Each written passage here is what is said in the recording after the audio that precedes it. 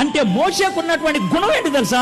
నోరు మూసుకుని ఉండే గుణం కాదు, ఏదో ఒకటి చేయాలి అనే గుణం. సేవకు సిద్ధపడేవాడు ఖాళీగా చేతులు కట్టుగా పిలుపు కోసం ఉన్నానండి, సిగ్గులెదరనిక. పనిచేసేవాడిని దేవుడు ఉపయోగించుకుంటాడు గాని ఇంట్లో తిని తొంగున్నవాడిని పిలుస్తాడు దేవుడా? బైబిల్లో ఖాళీగా ఉన్నవాడిని ఎప్పుడైనా దేవుడు ఎక్కడ పిలిచాడా? మోషే మందర కాస్తుంటే పిలిచాడు, దావీదు గొర్రెలు కాస్తుంటే పిలిచాడు, గిద్యోను గోధుమలు బాగు చేసుకుంటే పిలిచాడు, మత్తయి సుంకము తీసుకుంటుంటే పిలిచాడు, పౌలు శత్రుల్ని చంపుతుంటే పిలిచాడు. పని చేసేవాడిని పిలుస్తాడు దేవుడు, తిని తొంగునేవాడిని కాదు.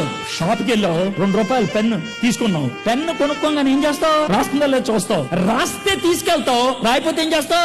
పడేస్తావు. రాయిని పెన్నుని తీసుకెళ్లి రాసేటట్లు చేస్తా అనే సింగినాథం దేవుడు ఏం చెప్పడం? పని చేసేది కావాలి, తిరిగేది కావాలి, కదిలేది కావాలి, పని చేయడానికి ఇష్టపడేది. మోషే కనికరం చూపించేవాడు. ఇదే మోషే గురించి దేవుడు చాలా కాలం తర్వాత ఇచ్చిన స్టేట్మెంట్ ఏం తెలుసా?